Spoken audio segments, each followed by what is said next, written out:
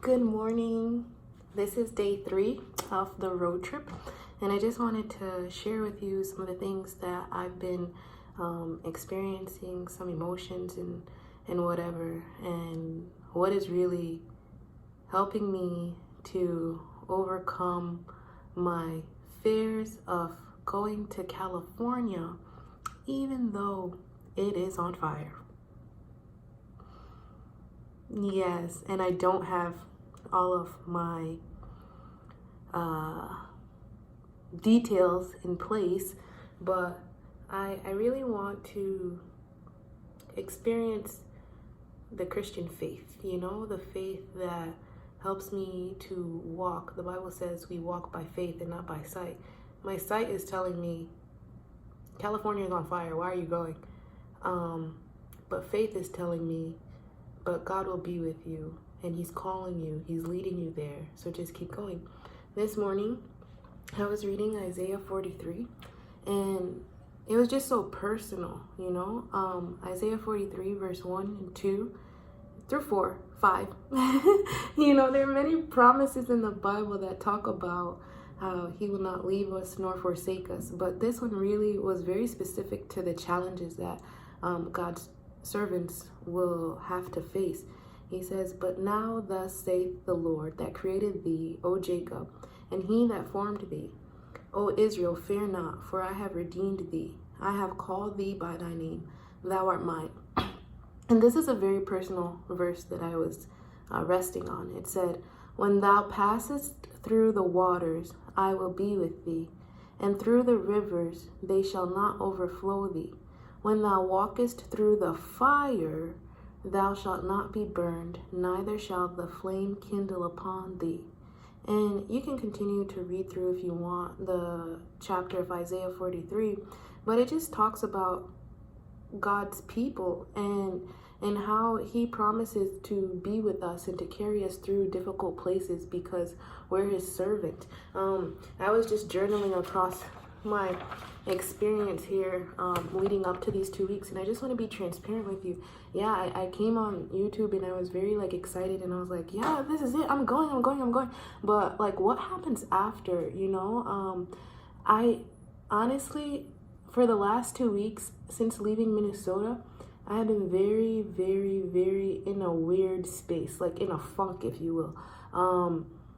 I had to pack and nothing was getting done. My butt was literally glued to the chair, to the couch. I'd have my morning devotion and then I'd go into the living room to pack all my things, and then I just sit there and just say, I said nothing. I just started watching TV. And the thing is, I don't even really watch TV. And so I saw myself doing weird behaviors that were not necessarily behaviors that I do on a daily basis. And I saw myself slipping backwards, and I was just bewildered because I'd pray about it and I felt just compelled to go to the living room and just sit there all day and binge watch Netflix.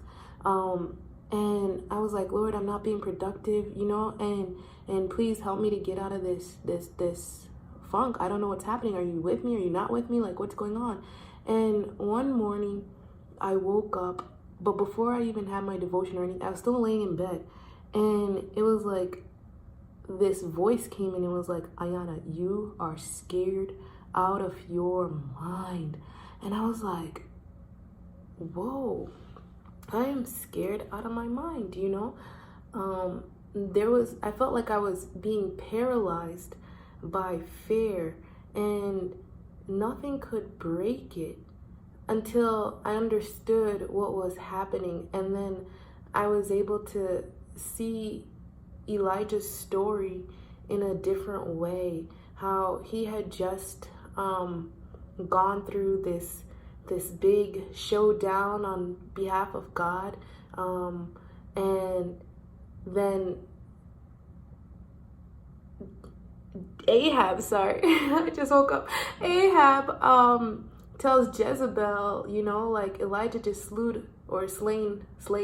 all of these servants, and now Jezebel wanted to kill Elijah, and God really worked mightily on behalf of Elijah.